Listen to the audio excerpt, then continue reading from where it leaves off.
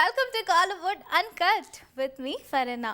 நம்ம காலிவுட் அன்கட் நிகழ்ச்சியில் uncut unseen விஷயங்கள், இது வரைக்கும் நீங்கள் சினிமாவை பற்றி பார்க்காத பல விஷயங்கள் அண்ட் சினிமா சம்மந்தப்பட்ட நிறைய ஃபங்க்ஷன்ஸ், அதாவது audio launch, press meet, team interview, அது மட்டும் இல்லாமல் ஷூட்டிங் ஸ்பாட், இப்படி பல விஷயங்களை பார்த்துட்ருக்கோம். இன்றைக்கும் அதே மாதிரி நிறைய விஷயங்கள் காத்துட்ருக்கு. ஷோக்கு போகலாம்.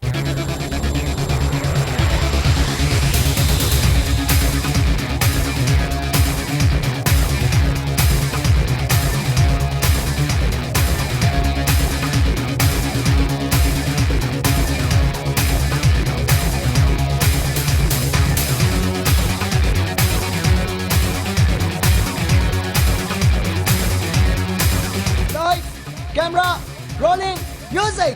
One, two.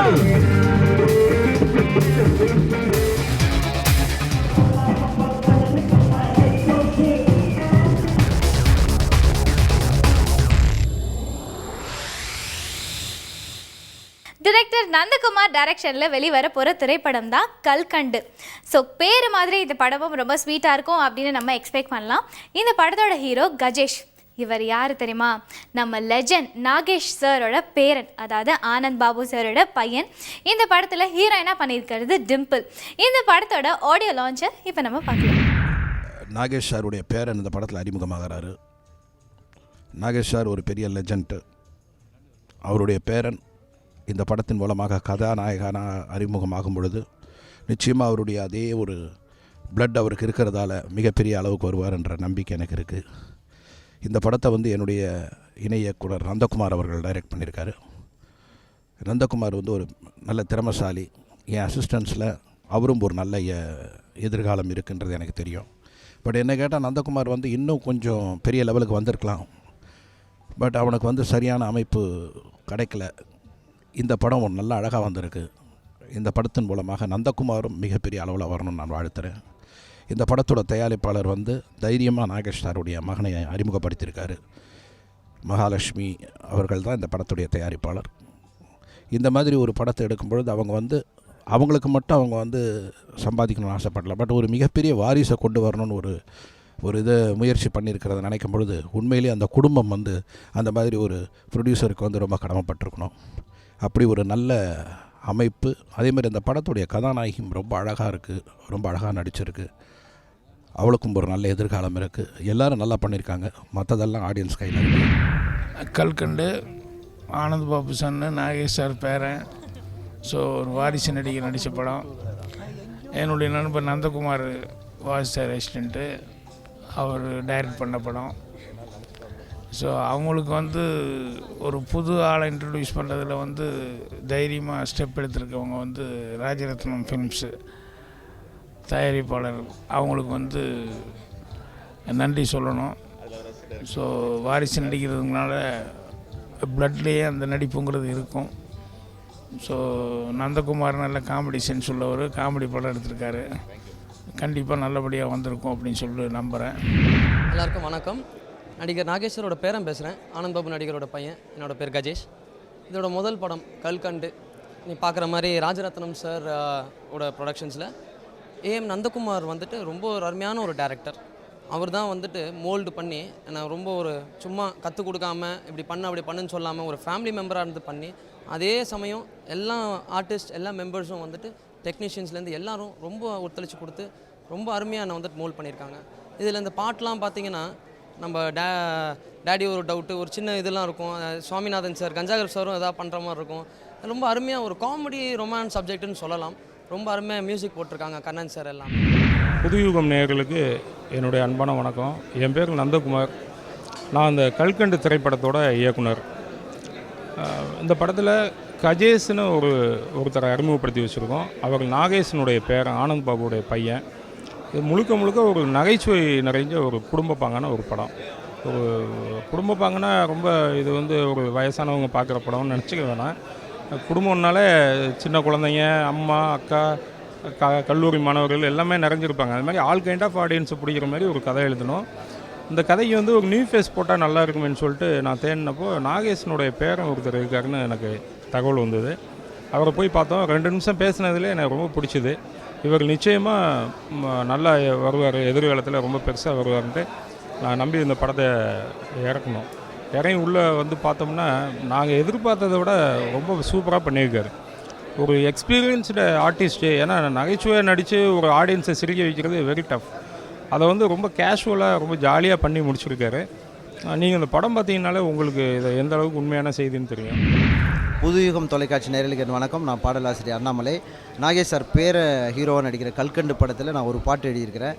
ஒரு பாட்டுனாலும் திருப்பாட்டு அப்படின்னு நான் சொல்லுவேன். ஏன்னா காதல் தோல்வி அடைந்த ஒரு இளைஞனுடைய மனநிலையை பிரதிபலிக்கக்கூடிய பாடல் இது. பாரில் பாடுற மாதிரி, பாக்கு போட்டு நாக்கு போச்சு, ஸ்மோக்கு போட்டு மூக்கு போச்சு, லவ்வில் மாட்டுனா டாரு தாண்டா, பொண்ணை பார்த்து கண்ணு போச்சு, மொத்த லைஃபும் நின்று போச்சு, வேதனை தாங்கலை நெஞ்சு தாண்டா, கண்ணாடி போல் நான் நொறுங்கி தான் கிடக்கிறேன், பெண் மனசு கல் தாண்டா. அந்த மாதிரியான பாட்டு இது எல்லாருக்கும் ரொம்ப பிடிக்கும்னு நினைக்கிறேன். என் கூட யுகபாரி, மதன் கார்கி, விவேகா எழுதியிருக்கிறாங்க. அவங்க பாடல்களும் என் பாடல் விட சிறப்பாக வந்திருக்கு அப்படின்னு நான் நம்புகிறேன். நந்தகுமார் வந்து நல்லா இயக்கியிருக்கிறார். நல்ல அருமையான திரைக்கதை. நாகேஷ் பேரன் வந்து பெரிய ஹீரோவாக வருவதற்கு, இந்த படம் வெற்றி பெறுவதற்கு என்னுடைய அன்பான வாழ்த்துக்கள். நம்ம நிகழ்ச்சியில் நிறைய விஷயங்களை பார்த்துட்டு இருக்கீங்க. தொடர்ந்து பார்க்க தான் போகிறோம். ஆனால் அதுக்கு முன்னாடி சின்ன பிரேக் போகலாம்.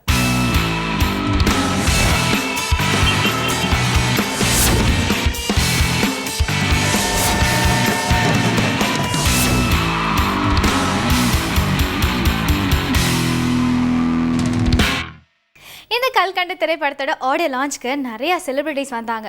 படத்தோட டிரெக்டர் நந்தகுமார் சார் கிட்ட இந்த படம் என்ன மாதிரியான படமாக இருக்கும் அப்படின்னு கேட்டதுக்கு, கல்கண்டு எந்த ஷேப்பில் இருந்தாலும் அதோட டேஸ்ட் குறையவே குறையாது, அதே மாதிரி இந்த படமும் ரொம்ப டேஸ்டியாக இருக்கும் அப்படின்னு சொல்லியிருந்தாரு. அண்ட் அது மட்டும் இல்லாமல் இந்த ஆடியோ லான்ச்சுக்கு நம்ம டி ராஜேந்தர் சார் வந்திருந்தார். சொல்லவா வேணும், ஆடியோ லான்ச் பட்டையை கலப்பியிருக்கோம் இல்லையா? ஸோ ஆடியோ லான்ச்சில் நடந்த இன்னும் பல விஷயங்களை பார்க்கலாம். கேட்பதற்கே இனிப்பாக இருக்கிறது. பாடலும் பட முன்னோட்டமும் அதை மெய்ப்பித்திருக்கிறது என்றே சொல்லலாம். இது 3வது தலைமுறை திரையுலகில் அடித்து எடுத்து வைக்கக்கூடிய ஒரு தருணம். இந்த இனிய நன்னாளில் நான் அந்த தம்பியை, அதாவது நாகேஷ் சாருடைய பேரனை நான் பெரிதும் வரவேற்று மகிழ்வதில் பேருவை கொள்கின்றேன், பேரானந்தம் கொள்கின்றேன். நாகேஷ் அவர்கள் ரொம்ப பிடித்த கலைஞர். அப்பா வந்து சின்ன வயசுலேருந்து அவருடைய படங்கள் எல்லாம் போட்டு காட்டுவாங்க. நிறைய படங்கள் பார்த்துருக்கோம். அவருடைய பாடி லாங்குவேஜ், அவருடைய டான்ஸ், அவரோட டைமிங் ஒவ்வொன்றுத்தையுமே வந்து அவ்வளவு ரசிச்சிருக்கேன். ஒரு சின்ன பையனாக இருக்கிறதுலேருந்து. அவரோட குடும்பத்திலேருந்து கஜேஷ் இன்னைக்கு நாயகன் அறிமுகமாறாரு. அவருக்கு முதல்ல என்னுடைய வாழ்த்துக்கள். கண்ணன் அவர்கள் கூடயும் நந்தகுமார் அவர்கள் கூடயும் இந்த படத்துக்காக ஒரு பாடல் எழுதுகிற ஒரு வாய்ப்பு கிடைச்சிது. ரொம்ப மகிழ்ச்சியாக இருந்துச்சு. கண்ணன் வந்து ரொம்ப ஒரு யூனிக்கான ஒரு மியூசிக் டைரக்டர். அவருடைய மெலடிஸ் எல்லாமே வந்து ரொம்ப யூனிக்காக இருக்கும். அவர் பாவம் ஆக்சுவலி அந்த அமுதன், சிஎஸ் அமுதன் கிட்ட போய் மாட்டிக்கிட்டு அவருடைய ரொம்ப நல்ல டியூன்ஸ் எல்லாம் நிறைய எக்ஸ்பெரிமெண்ட் பண்ணிட்டார் அவர் அமுதன். தமிழ் படமில் ஓமஹசியா பாடல் வந்து ரொம்ப அழகான ஒரு மெலடி. எனக்கு ரொம்ப பிடிச்ச ஒரு மெலடிஸில், தமிழ் சாங்ஸில் வந்து மெலடிஸில் ஒரு மெலடிஸ் அது. இந்த படத்துலையும் நல்ல சாங்ஸ் கொடுத்துருக்காரு. எனக்கு வந்து வீனஸ் விட்டு கொதித்துன்னு ஒரு பாடல், இந்த பாடல் நீங்கள் பார்த்த ஒரு பாடல், அந்த பாடல் நான் பண்ணேன். ஒரு காதல் பாடல் தான், வழக்கமான காதல் பாடல் தான். ஆனால் வந்து இயக்குனர் வந்து எனக்கு, நந்தகுமார் வந்து எனக்கு ஒரு நல்ல சுதந்திரம் கொடுத்தாரு. என்னன்னாலும் நீங்கள் பண்ணலாம் அப்படின்ட்டு எனக்கு பிளாட் மட்டும் எக்ஸ்பிளைன் பண்ணிவிட்டு, ஒரு மருத்துவக் கல்லூரி மாணவன் தனக்கு காதல் வந்த உடனே தன்னோட இதயத்தை எடுத்து வெளியில் வச்சுட்டு அதை ஒரு கிராஸ் செக்ஷன் பண்ணி அதுக்குள்ளே இப்போ என்னெல்லாம் மாற்றங்கள் நடக்குதுன்ட்டு ஒரு அந்த மெடிக்கல் டெர்மினாலஜிலேயே பாடுற மாதிரியான இந்த வரிகள் பண்ணியிருந்தேன். ரொம்ப எனக்கு இன்ட்ரெஸ்டிங்காக இருந்துச்சு அந்த மாதிரியான ஒரு கான்செப்ட். நந்தகுமார் அவர்களும் தயாரிப்பாளர் அவர்களும் கண்ணன் அவர்களும் ரொம்ப மோட்டிவேட் பண்ணாங்க. ரொம்ப நல்லா வந்திருக்கு சாங்குன்ட்டு, ரொம்ப அழகாக பாடியிருக்காரு பாடல்கள். இது வந்து தானு சார் சொன்ன மாதிரி 3வது தலைமுறை அவங்களோட பணியாற்றுறது எனக்கு ரொம்ப சந்தோஷம். நாகேஷ் சார் பற்றி நிறைய விஷயங்கள் நான் வந்து சொல்லணும்னு ஆசைப்பட்டேன்.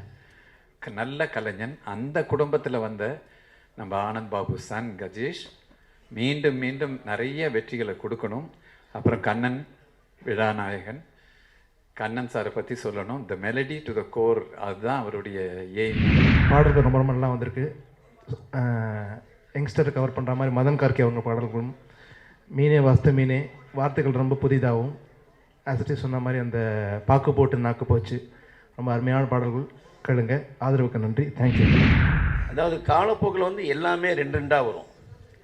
அதாவது என்னுடைய அனுபவத்தில் எம்ஜிஆர், சிவாஜி, ரஜினி, கமல் இந்த மாதிரி நிறைய வரும்போது ஒரு காலகட்டாயத்தில் டி ராஜேந்தர், பாக்யராஜ் அப்படின்னு 2 உருவங்களும் இந்த மேடையில் இருக்காங்க. அதுவே எனக்கு ரொம்ப சந்தோஷமாக இருக்குது. இந்த மெட்ராஸுக்கு வந்து நம்ம முதல்ல நினச்சி யார் வந்தோமோ, நான் நகைச்சுவை நடிகர் சுருள்ராஜன் சாரையும் பாக்யராஜ் சார் நினச்சி தான் மெட்ராஸுக்கு வந்தேன். அந்த இவர் மேடையில் உட்காந்து ரொம்ப பெருமையாக இருக்குது. அப்புறம் நான் வந்து ஒர்க் பண்ணது பி வாஸ் சார்கிட்ட. அதுக்கப்புறம் நான் நிறைய விஷயம் கற்றுக்கிட்டது எஸ்பிஎம் சார்கிட்ட. ஏன்னா துணை நடிகராகவே சுற்றி பல விஷயங்களை கற்றுக்கிட்டேன். எல்லாமே ஒரே மேடையில் உட்காந்துருக்காங்க. 1979 நிறைய பேனாவை மாட்டிக்கிட்டு, சார் இதுதான் நாகேஷ் விழான்னு கேட்டேன். வாட்ச்மேன் சொன்னான், ஒரு பேனாவுக்கு 2-3 பேனா மாட்டியிருக்கேன், நாகேஷ்னு எழுதியிருக்கு, தெரியாதா உனக்கு அப்படின்ட்டார். படிக்க தெரியாமல் பேனாவை மாட்டிக்கிட்டேன். ஏன்னா எதாவது எழுத சொன்னால் யாரையா வச்சு எழுத சொல்லுவேன். ஸோ அதுக்கப்புறம் காலப்போக்கில் அவர்கிட்ட நல்லா பழகி அவர் வீட்டுக்கு அடிக்கடிக்க போகும்போது இந்த ஹீரோ தம்பியெல்லாம் கூப்பிட்டு எனக்கு அறிமுகப்படுத்திருக்காரு என் பேரன் அப்படின்ட்டு ரொம்ப சந்தோஷப்பட்டேன். காலப்போக்கில் என்ன ரொம்ப பாராட்டினார். ஒவ்வொருவருடைய பெயரையும் நான் சொன்னால் அதிக நேரம் எடுத்துக்கொள்ள நேரிடும் என்ற காரணத்தால் பெயரை குறிப்பிடவில்லை. எல்லோருடைய பெயரையும் குறிப்பிட்டு பேச வேண்டும் என்று எனக்கு பேராசை உண்டு. இருந்தும் கூட அந்த பெயரை ஆசைப்படாமல் ஓசை நயம்பட கூறாமல் தொடங்குகிறேன் என்பதில் வருத்தம். ஆனாலும் காலம் கருதி பேசுவது மட்டுமே அதற்கு சரியான பொருத்தம். நான் ஏன் பெயரை சொல்லவில்லை என்பதற்கு இதுதான் சரியான திருத்தம். மக்கள் திரை எம்ஜிஆர் காலம், சிவாஜி காலம், அதேமாரி சூப்பர் ஸ்டார் ரஜினி காலம், சூப்பர் ஆக்டர் கமலோட காலம் அப்படின்னு சொல்கிற மாதிரி டி ராஜேந்தர் காலம், பாக்யராஜ் காலம் என்று அவர் சொன்னார். அது காலங்கள் மாற ஒரு அடுத்து பார்த்தாக்கா தலை அஜித்து காலம், தளபதி இளைய தளபதி விஜய் காலம், என்ன இப்படி வரும், சிம்பு காலம், தனுஷ் காலம் வரும், மாறி வரும். நான் காலெல்லாம் மாறும். ஆனால் எல்லா காலத்துக்கும் எவர் கிரீனாக இருக்கணும்னா அதுக்கு ஒரு மேட்ரு வேணும். இப்போ இன்னைக்கு பேசுகிறேன் நான் இந்த காலத்துடைய, நீங்கள் உங்களோட பார்வையில் இந்த காலத்தில் நான் என்ன வந்து அத்தனை கோடி படம் போட்டு நான் ஒரு காலத்தில் பிரம்மாண்டமான படம் எடுத்து வந்தேன். அத்தனை கோடி படம் எடுக்கக்கூடிய பிரம்மாண்டமான படமாக எடுக்கிறேன். வரும்போது ஏன் வருது உழுது கைத்தட்டல் வாங்குறதுக்கு ஒருத்தன் பேச முடியாது. பேசுனா கைத்தட்டல் வாங்கணும். இன்னொன்று, நீங்கள் உடனே உங்கள்கிட்ட கைத்தட்டல் வாங்கணும். நீங்கள் இருக்கிறது மாடி, நான் இங்கே வந்திருக்கிறேன் தாடி, நான் இல்லை விருந்தாடி, நான் வந்திருக்கிற விருந்தாடி அப்படின்னு நான் பேசல. கவனிக்கணும். கீழே இருந்தாலும் எனக்கு ஒண்ணுதான், மேல இருந்தாலும் ஒண்ணுதான். மேல இருந்தாலும் மதிப்பேன், கீழே இருந்தாலும் மதிப்பேன். என்னை மதிக்கிறவன் மண் குடிசையில் இருந்தால் அந்த இடத்த மிதிப்பேன். என்னை மதிக்காதவன் மன்னாதி மன்னனா இருந்தாலும் மவுண்ட் பேட்டன் பிரபுவா இருந்தாலும் போக மாட்டேன். இது உங்களோட பார்வையில திமிருங்களாம். நோ, இது தன்னம்பிக்கையின் இலக்கணம். This is the grammar for the self confidence. நாமளே நான் என்ன பண்ண ஷர்ட் போட்டு இன்சர்ட் பண்ணிட்டு வந்துருவேன். Today I didn't do the insert because I wear the t-shirt. I put the t-shirt so that I didn't do the insert. Now they are going to release the audio cassette. Suppose if I do give some music, it will become the concert. I am going to talk with some concept. I know the way, the message in which way I have to inject, because I know the subject. I have to get the class. That's my object. இதெல்லாம் வந்து இப்படிலாம் பேசினா தான் ஏன்னு கேட்டால், நான் பணம் படைத்தவர்களை போய் வாழ்த்துறதை விட இந்த மாதிரி சாதாரணமானவர்களை வாழ்த்தணும் அப்படின்னு நினைக்கக்கூடியவன். அந்த மனப்பக்குவத்தில் தான் சொல்கிறேன். நீங்கள் வந்து ஒரே ஒரு உனக்கு ஒன்று மண்ணில் கருத்து நல்லா நடிச்சிருக்கேன். இந்த பாட்டெல்லாம் பார்த்துனாங்க, நான் இன்னும் பார்க்கல, நான் விரைவில் பார்த்துருவேன். ஒரே ஒரு கருத்து மட்டும் சொல்லிடுவேன். தம்பி, நீ எல்லாரையும் வந்து வந்தவங்க எல்லாம் ஜாம்பவான்கள் அப்படின்னு பின்னாடி சொன்னேன். நல்ல good bye, keep it up. I have spoken in a nice way, but at the same time எப்பயும் நம்ம பேசும்போது இன்ஷியலாகவே யாரை முன்னாடி சொல்லணுமோ, மாதா பிதா குரு தெய்வம். அந்த மாதா பிதா குரு தெய்வம்னு சொல்லும்போது அவங்கள என்ன சொல்லணும், ஃபஸ்ட்டு எடுத்துணும் மேடையில் இருக்கக்கூடிய பெரியவர்கள். இப்போ நான் என்ன தான் முன்னேறி வந்திருந்தாலும் எனக்கு எஸ்பிஎம் என்னோட சீனியர், கே பாக்யராஜ் சார் என்னோட அண்ணன் மாதிரி அவர் எனக்கு சீனியர். நம்மளோட சீனியர்ஸுக்கு வந்து நம்ம மரியாதை கொடுக்கணும். சீனியாரிட்டி வாழ்க்கையில் we should give the respect to the seniority. That is the real sincerity. Okay, understand? Okay, அதனால வந்து பெரிய அவங்களோட பின்னாடி சொன்னேன்.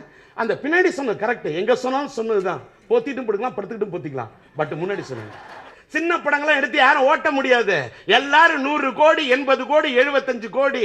அந்த பணம் 3 நாள் ஓடுறதே கஷ்டம், 4 நாள் ஓடுறதே கஷ்டம். இன்னைக்கு சினிமாவோட ட்ரெண்ட் இப்படி போயிட்டு இருக்கு. இந்த சினிமா இப்படி போற ட்ரெண்ட் இருக்கிற காலத்திலையும் அன்றைக்கு ஒருதலை ராகம் எடுத்தனா இன்னைக்கு ஒருதலை காதல் எடுக்க முடியும்னு தன்னம்பிக்கையோட நிக்கிறேன்னா, அந்த தன்னம்பிக்கையோட இருக்கக்கூடிய நான் அந்த தனித்தன்மையோடு நிற்கக்கூடிய நான் என்னுடைய மனதார இயக்குனர் நந்தகுமாரையும் இந்த தயாரிப்பாளரையும் நண்பர் கஜேஷையும் இந்த அரங்கத்திலே அமர்ந்திருக்கக்கூடிய இந்த படத்தில் பணியாற்றிய அத்தனை கலைஞர்களையும் இவர்களை பாராட்ட வந்த அத்தனை மூத்த கலைஞர்களையும் எல்லாவற்றுக்கும் மேலாக இங்கே வந்து வாழ்த்த வந்திருக்கக்கூடிய உங்கள் அனைவருக்கும் என்னுடைய மனமார்ந்த நன்றியை தெரிவித்து விடைபெறுகிறேன். நன்றி, வணக்கம்.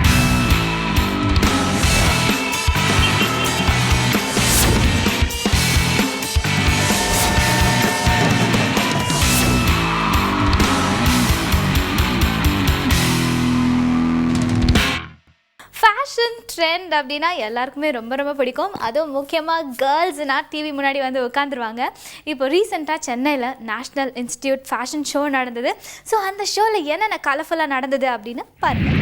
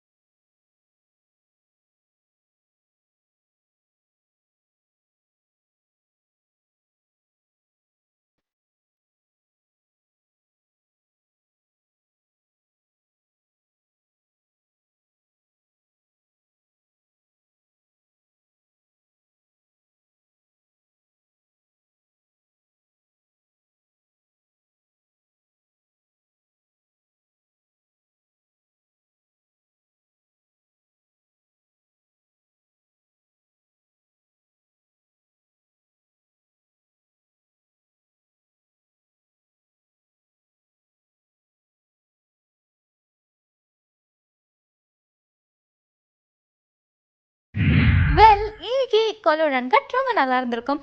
இதே மாதிரி அடுத்த காலிவுட் அன்கட்டில் நான் உங்களை மறுபடியும் சந்திக்கிறேன். Until then bye by.